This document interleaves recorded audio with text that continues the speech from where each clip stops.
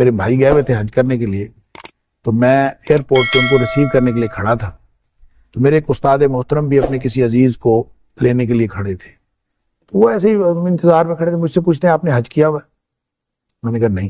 تو مجھے کہتے ہیں کہ لوگ سمجھتے ہیں کہ حج پیسے سے ہوتا ہے، حج پیسے سے نہیں ہوتا، حج ارادے سے ہوتا ہے۔ کیا بات؟ اور نیت سے ہوتا ہے۔ آپ ابھی حج کا ارادہ کریں۔ میں نے کہا کہ جی میں ارادہ کرتا ہوں کہ میں انشاءاللہ اگلے سال حج پہ جاؤں گا۔ تو مجھے کہتے ہیں کہ اگلے سال نہیں، اسی سال۔ کیا بات ہے؟ تو میں نے کہا اسی سال کا تو ہو گیا ہے شیخ، اگلے سال ہی آئے گا حج اس کے لیے۔ تو یوں میں نے ارادہ کر لیا۔ انہوں نے مجھے کہا کہ آپ ایسے کریں کہ آپ کے پاس چاہے 10 روپے ہیں چاہے 20 روپے ہیں، آپ اس کو اکٹھا کرنا شروع کریں اور باقی وسائل اللہ تعالیٰ خود مہیا کر دے گا۔ اور ایسے ہی ہوا۔ میں اس کے بعد ان کے کہنے کے مطابق میں نے جوڑ جمع شروع کیا، اللہ تعالیٰ نے وسائل دے دیے۔ ارادہ کر کے اپنے کوشش شروع کر دے، باقی معاملات اللہ کے پاس۔ دوسرا یہ جو کیفیت کی بات آپ کر رہے تھے، میرا خیال ہے کہ یہ ہر ایک کی کیفیت جو ہے وہ الگ ہے، اور اس کو بیان نہیں کیا جا سکتا علمی طور پر اور روحانی طور پر۔ میں چونکہ ایک انتہائی بہت ہی ادنا اور پہلے قدم کا طالب علم ہوں، مجھے علم نہیں ہے کہ یہ باتیں لوگوں سے شیئر کرنی چاہیے کہ نہیں، لہٰذا میری جو کیفیت وہاں ہوئی، میں کسی ایک آدھ دفعہ کسی جگہ شیئر کر چکا ہوں، کر بیٹھا ہوں یوں کہہ لیں، اور اس کے بعد میں نے طے کیا تھا کہ میں نے آئندہ یہ شیئر نہیں کرنا۔ تو اس میں ایک پہلو بہرحال ایسا ہے جو لوگوں کے لیے اس کے اندر ترغیب کی بات ہو سکتی ہے، اس لیے میں اس کو ضرور اس میں شامل کرنا چاہوں گا۔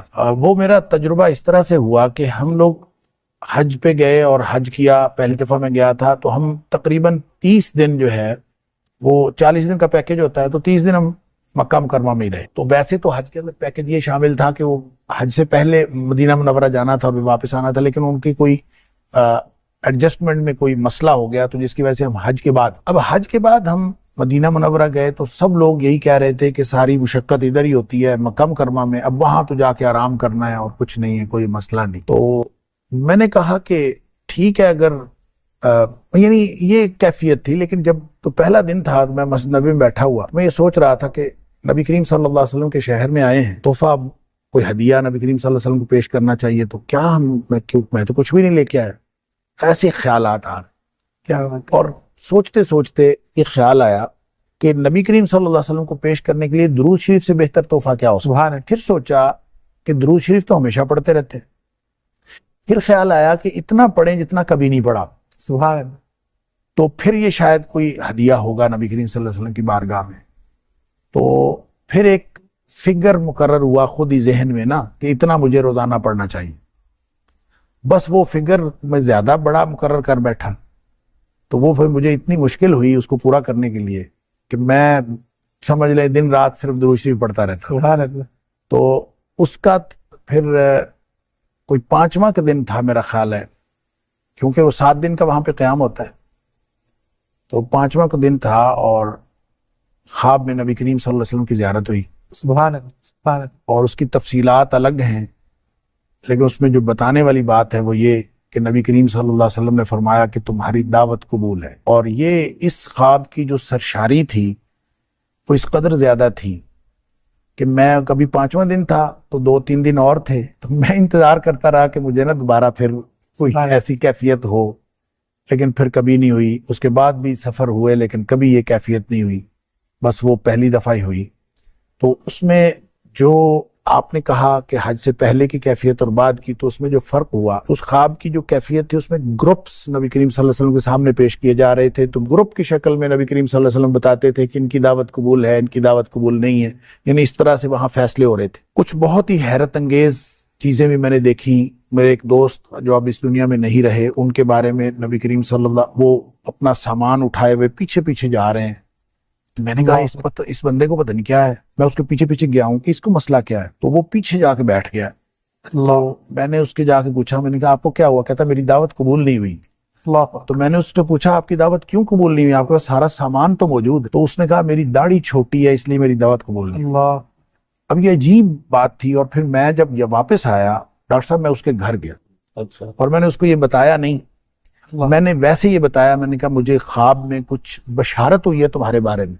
سبحان اللہ. اور یہ بشارت ہوئی ہے کہ تمہاری ساری باتیں ٹھیک ہیں، بس تھوڑا سا مسئلہ ہے داڑھی والا، وہ بھی پورا کر لو. اور وہ الحمدللہ اس نے فوت ہونے سے پہلے داڑھی پوری کر لی ہوئی تھی. سبحان اللہ. اللہ تعالیٰ اس کی قبول فرمائے. لیکن میں یہ کہہ رہا ہوں کہ ان کیفیات میں جب ہمارا گروپ پیش ہوا نا، تو اس گروپ کو انہوں نے، نبی کریم صلی اللہ علیہ وسلم نے یوں فرمایا کہ ان کی دعوت قبول ہے. تو سبحان اللہ. ہم سب خوشی مبارک سب کچھ. لیکن ہم جب جانے لگے ہیں تو پھر پیچھے سے آواز پڑی، ہم دوبارہ پھر آئے ہیں، اور پھر یہ حکم ہوا ہے کہ آپ لوگ ایک دعوت اور کریں. اللہ. اچھا، یہ جو تھی اس پورے گروپ کے اندر بہت خوشی کی لہر دوڑ گئی کہ یہ کوئی خاص ہمیں حکم ہوا ہے. کہ دوسری، میں نے اس کو یہ سمجھا کہ ہم جو دین کا کام کر رہے ہیں وہ بہت تھوڑا ہے، ہمیں اس کو کم از کم دگنا کرو. جو حج سے پہلے کی کیفیت ہے اور حج کے بعد کی کیفیت میں سمجھتا ہوں وہ یہ ہے کہ میں نے اپنی ذمہ داری یہ سمجھی کہ نبی کریم صلی اللہ علیہ وسلم ہم سے جو تقاضا کرتے ہیں وہ اس سے کہیں زیادہ ہے، ہمیں اور زیادہ کام کرنا چاہیے. بڑا مشہور معاملہ ہے نا مستجاب الدعوات ہونے کا، اس حوالے سے آپ کا کوئی تجربہ؟ مستجاب الدعوات تھے، بالکل میرا تجربہ ہے. اور صوفی عبداللہ صاحب کے حوالے سے بتاتے تھے کہ وہ چونکہ بڑے مستجاب الدعوات تھے، تو ان کے بارے میں بھی میں نے پوچھا ان کی دعاؤں کا کیا طریقہ کیا ہوتا تھا. وہ کہتا ہے وہ نا دعائیں بڑی مانگتے تھے بڑی عجیب طریقے سے. تو ربوبیت کی آیات پڑھتے جاتے تھے، جس میں اللہ تعالیٰ کی عطا کا ذکر ہے وہ شروع کر دیتے تھے، اور مختلف جگہوں سے آیات جو ان کو یاد ہوتی تھی پڑھتے جاتے. اچھا، آیات پڑھنے کے بعد پھر وہ یوں نہیں کہتے تھے کہ یا اللہ یہ دے دے اور یا اللہ یہ دے دے. دعا کروانے والا جو ہے نا اس کو کہتے تھے چلو بھئی یہ بھی گل ہو گئی، چلو بھئی یہ بھی گل ہو گئی.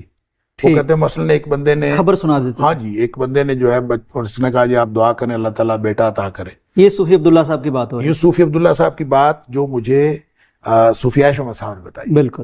تو کہتے ہیں کہ وہ یوں کھڑے رہے، آیات پڑھتے رہے، تو پھر اس کے بعد کہتے ہیں کہ یہ لو چلو جی ایک پتر، چلو جی 2 پتر، 3 پتر، 4 پتر، 5، 6، 7، 8 بڑے نے.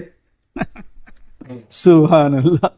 وہ کہتے ہیں اس طرح سے وہ دعا انہوں نے کی. تو وہ کہتے ہیں صوفی عائشہ صاحب کہتے ہیں میں نے اپنی زندگی میں تو اس کا 8 بیٹے ہوئے. اللہ.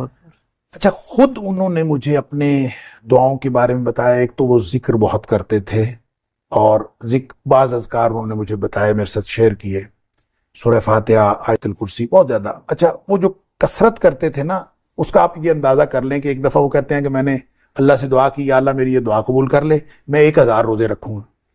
اچھا، اللہ اکبر. آپ اندازہ کریں اس طرح کو کرتا ہے. ہاں بہت اور مشکل. پھر وہ کہتے ہیں میں نے رکھے. اچھا، میں حیران حضرت 1000 روزے 3 سال بنتے ہیں. تو کہتے کوئی نہیں، وہ میں روز رکھ لیتا تھا، الحمدللہ روزہ رکھ لیتا تھا، روزانہ ہی رکھ لیتا تھا. سبحان. وہ کوئی نہیں، الحمدللہ کچھ بھی نہیں ہوا مجھے، میں ٹھیک 1000 روزے رکھ لیے. اب دیکھیں جو بندہ 1000 روزے رکھے گا، اور پھر وہ کہتے تھے اللہ کے رسول صلی اللہ علیہ وسلم نے فرمایا کہ جو دعوت الصائم ہے نا وہ رد نہیں کی جاتی. روزے دار کی دعا. وہ کہتے ہیں آپ روزہ رکھ کے تو دعا کر لیں، پھر رد نہیں کی جاتی جب گارنٹی ہے نبی پاک صلی اللہ علیہ وسلم نے دی. ڈاکٹر صاحب بہت شکریہ آپ کا. ناظرین، یہ اللہ والوں کی باتیں ہیں، اللہ سے تعلق کی باتیں ہیں. ایک بریک، ایک پروگرام کیا، اس پہ تو زندگیاں بیت جائیں جب ہم اللہ والوں کی باتیں کریں اور اللہ تعالیٰ کی عطا کی بات کریں، اس کی دینے کی بات کریں، اور بندوں سے تعلق اور محبت کی بات کریں. واقعتاً آدمی اشاش کر اٹھتا ہے کہ کس طرح ایک شخص 1000 روزے کی بات کرتا ہے، اور 10 پارے وہ نوافل میں پڑھ دیتے تھے. اور اللہ سے جب ایسا تعلق بن جائے تو پھر تو پیارے پیغمبر کی حدیث بھی ہے کہ اللہ تعالیٰ وہ جو بندہ کہتا جاتا ہے اللہ کرتا جاتا ہے. پروگرام کے آخر میں ہم دعا کرتے ہیں کہ اللہ تعالیٰ ہمارے اس بزرگ کی قبر منور فرمائے، جنت میں ان کے درجات بلند فرمائے.